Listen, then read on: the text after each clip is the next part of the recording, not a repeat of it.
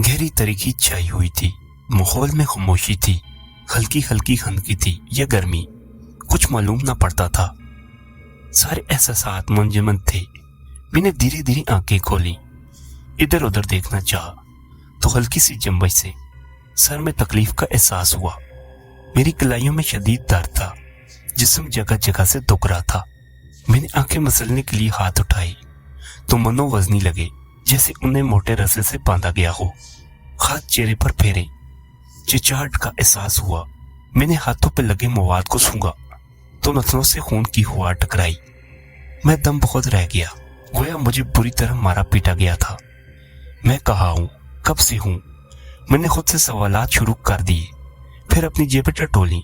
इनमें कोई शय नहीं थी सिवाय माचिस के। माचिस की मौजूदगी पर मैंने खुदा का शुक्रिया अदा किया। धीरे धीरे मेरी आंखें अंधेरे से मानूस होने लगी, ख्वास वापस बहाल होने लगे। मैंने उठकर चलना चाहा तो कदमों ने साथ देने से इनकार कर दिया। मैं फिर से गिर पड़ा। मेरे गिरने से जोरदार गूंज पैदा हुई, जिससे मुझे अंदाजा हुआ कि मैं किसी वीरान जगह पर हूं। मैंने डर के मारे चीखना चाहा। मेरा गला खुश्क था, हलक में जैसे कांटे उगाए थे। मैंने जेब टटोलकर माचिस निकाली, इसमें से एक दिया सलाई पकड़ी और इसे जलाने की कोशिश करने लगा। 2-3 कोशिशों के बाद एक छोटा सा शोला लपका और मेरी आंखें चंदे आ गईं। मैंने देखा यह किसी बड़े कमरे से बना हुआ एक छोटा सा कमरा था। दाईं तरफ की दीवार में कील ठोंक कर इसमें एक हल्का डाला गया था। मेरे हाथों से बंधी मोटी रस्सी के दूसरे सिरे इस हल्के में मजबूती से बांधे गए थे। जगह जगह इंसानी गोश्त के कट्टे पट्टे चिथड़े पड़े थे। सारे कमरे में खून की बू फैली हुई थी। मोटे मोटे शोला रंग आंखों के चूहे इधर उधर भागते फिरते थे। आम सैल से बड़े चूंटियों ने गोश्त के टुकड़ों को घेर रखा था। मैं ये मंजर देखकर बुरी तरह लरस गया। दिया सलाई बुझ चुकी थी। अंधेरा नाक की तरह मुझे डसने लगा। मेरा ज़हन फिर से सवाल करने लगा, मैं इस जगह कैसे पहुंच गया? कुछ याद नहीं था। अचानक मेरे ज़हन में जिंदगी ने आवाज भरी, मुझे जिंदा रहना है, मुझे यहां से निकलना है। मैं रस्सी को पकड़े कील की तरफ आया, इसे झटका दिया, मगर वो काफी लंबाई तक दीवार में चला गया था। मैंने रस्सी को झटकना शुरू किया। कुछ वक्त बाद देखा कील ढीला हो चुका था। मुझ में तवानाई भर गई। मैं और जोश से रस्सी को झटके देने लगा। कील निकलकर मेरे हाथ में आ गया। मैंने एक और दिया सलाई जलाई और इसकी रोशनी में कमरे से बाहर निकला। इस कमरे में भी हर तरफ फटे लिबास और इंसानी गोश्त बिखरा पड़ा हुआ था। मैं सहम गया। फिर मैं अंधाधुंध बाहर को लपका। ये एक हाल नुमा कमरा था। भूल भुलैया की तरह हर तरफ कमरे निकल रहे थे। मैं गिरता पड़ता इस पुसीदी सी इमारत के मरकजी दरवाजे तक पहुंचा। भारी दरवाजा धकेल कर खोला तो मुझ पर हैबतनाक इंकिशाफ हुआ कि ये एक जंगल है और मैं यहाँ सैकड़ों मुर्दा जिस्मों में महज जिंदा फर्द हूँ। मुझ पर खौफतारी हो गई। पूरा चांद सुनहरी थाल की मानत जगमगा रहा था। दरख्तों के लंबे लंबे तारीक साए माहौल को और भी डरावना बना रहे थे। मेरी यादाश्त ने जोर दिया कि मैं दफ्तर से निकला था। लिफ्ट में सवार होकर नीचे आया। 2-3 रोज पहले नए आए गार्ड ने मेरे लिए दरवाजा खोला था। मैं लापरवाही से कदम उठाता, उंगली में चाबी घुमाता आगे बढ़ा था कि अचानक मेरे कान के बिल्कुल पास इसकी आवाज उभरी। सर, इसकी आवाज थी या दबी दबी घराट। मैं अपने वहम को झटकता इसकी जानब मतवज्जा हुआ और बोला, ध्यान से जाइएगा, आजकल शहर के हालात ठीक नहीं है। मैं सुनी अनसुनी करता आगे बढ़ गया। गाड़ी में बैठकर इग्निशन में चाबी घुमाई, मगर गाड़ी स्टार्ट नहीं हुई। मैंने शीशे के पार देखा। गार्ड मैंने हैरत अंदाज में मुस्कुरा रहा था। मैंने इसकी नजरों से खाफ होते हुए झुंझलाकर स्टीयरिंग पर मुक्का दे मारा और अपनी पेशानी मसलने लगा। पीछे से किसी ने मेरे सर पर पिस्तौल ताना और घरा कर कहा, पिछली नशिस्त पर आ जाओ। ये कहते हुए वो खुद अगली नशिस्त पर मुंतकिल हो चुका था। मेरे पीछे जाते ही इसने स्टीयरिंग संभाल लिया। मेरे साथ एक और लड़का था। इसने मेरे सर के पिछले हिस्से पर किसी चीज से जरब लगाई और वो मेरा जहन तरीके में डूबने लगा। मैंने दुखते हुए सर को हाथों से थामने में जो आखिरी मंजर देखा वो ये था कि गार्ड ने अगला दरवाजा खोलकर ये कहते हुए स्टीयरिंग संभाला, इसके हाथ बांधो, हम घर जा रहे हैं, आज के लिए इतने लोग बहुत हैं। ये कहते हुए इसके चेहरे पर दबी दबी मकरू मुस्कुराहट थी। इसकी मुस्कुराहट याद आते ही मेरी पसलियों में दर्द पैदा होने लगा। मैंने घबराकर इधर उधर देखा। फजा गैरआलूद थी। मुझे कुछ फासले पर 2-3 लोगों की आवाज सुनाई दी। मैं आवाजों का पीछा करते दूसरी जानब आया तो मेरे रोंगटे खड़े हो गए। मैं इनकी पुश्त की तरफ था, इसलिए वो मुझे देख न सके। इनके हाथों में चाकू थे और सामने एक आदमी नीम मुर्दा हालत में पड़ा था। चाकू के फल चांदनी में चमक रहे थे, इनसे खून टपक रहा था। इस आदमी के जिस्म में जगह जगह गोश्त कटने की वजह से खड्डे बन चुके थे। दफ्तर वो उठे, मैं जल्दी से गेट की ओट में हो गया। ये वही 3 लोग थे जो मुझे यहाँ तक लाए थे। बातें करते करते वो मकान में दाखिल हो गए। जंगल के बीचों बीच ये मकान गालबन इसी वास्ते बनाया गया था। इनके कदमों की आवाज आना बंद हुई तो मैं मुर्दा आदमी की तरफ बढ़ा। इसके पास बड़े तेजदार चाकू में से 2 उठाए, एक को अपनी जेब में रखा और दूसरा हाथ में संभाल कर कदम कदम पीछे हटने लगा। दिल जोर जोर से सीने के पिंजरे में धड़क रहा था, गोया सीना फाड़कर बाहर निकल आएगा। पत्ते पैरों के नीचे आकर चरमराए जाते थे। कुछ वक्त मैं दबे कदमों चलता रहा। जब इमारत से दूर निकल आया तो सारी हिम्मत जमा करके दौड़ लगा दी। मुझे मालूम था वो मुझे गुम पाकर मेरी तलाश में निकलेंगे। मैं जल्द से जल्द इस मनूस जगह से निकल जाना चाहता था, मगर शायद अभी ये किस्मत को मंजूर नहीं था। मुझे अपने पीछे भागते कदमों की आवाज सुनाई दी। फिर दफ्तन इनकी चीख चिल्लाने की आवाज सुनाई देने लगी।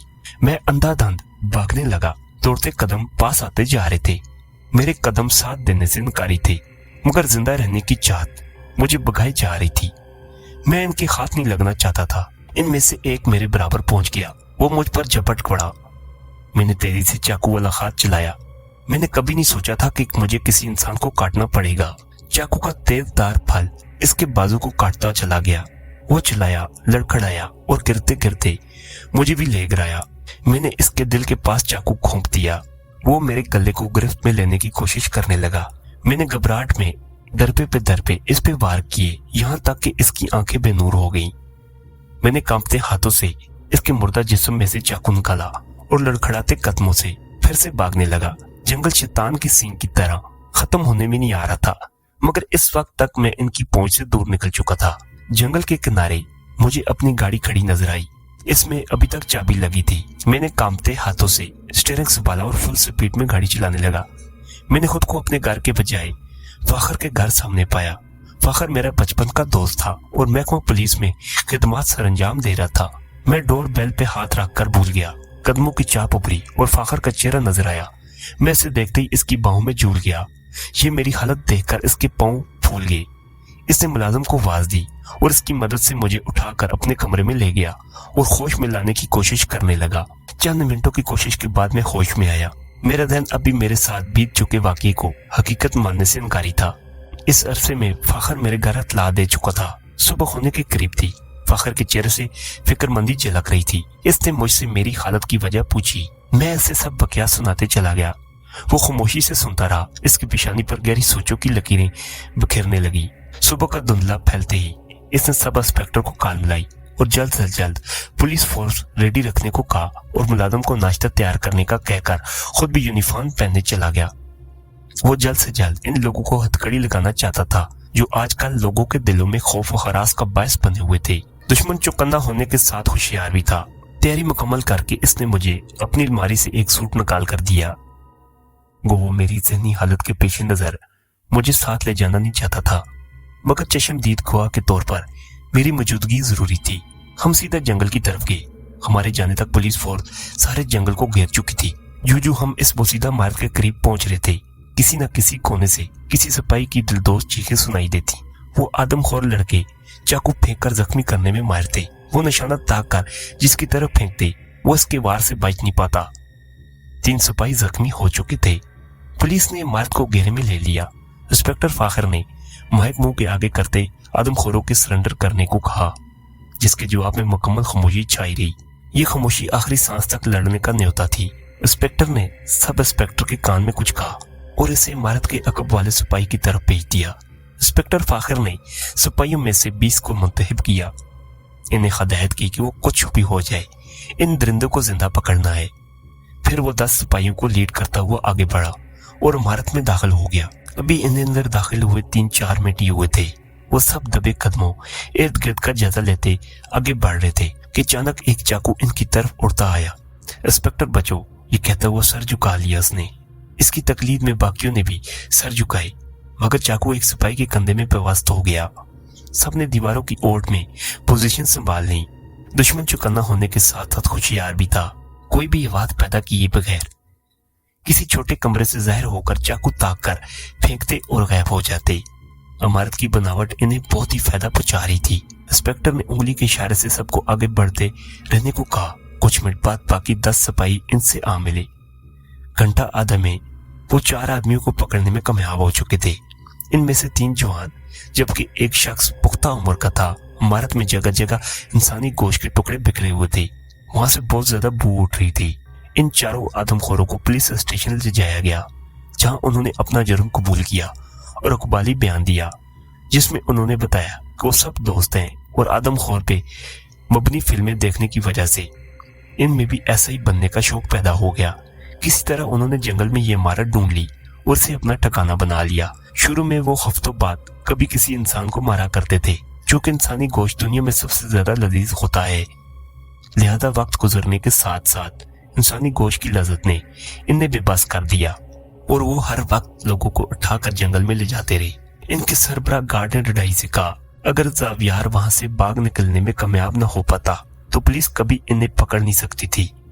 एक डॉक्टर भी इनका साथी था, जो सेहतमंद लोगों के अज़ार निकालता था, इस मकसद के लिए कि वो कई लोगों को बांध कर रखते थे। मेरे साथ भी यही होने वाला था, मगर मेरी कोई नेकी बर वक्त काम आकर मुझे बचा ले गई। अगले रोज पुलिस स्टेशन में मीडिया के सामने मुझे फाखर और बहादुर सिपाहियों को अनामात से नवाजा गया। मुजरिमों पर अगवा और कत्ल के मुकदमे चलाए गए।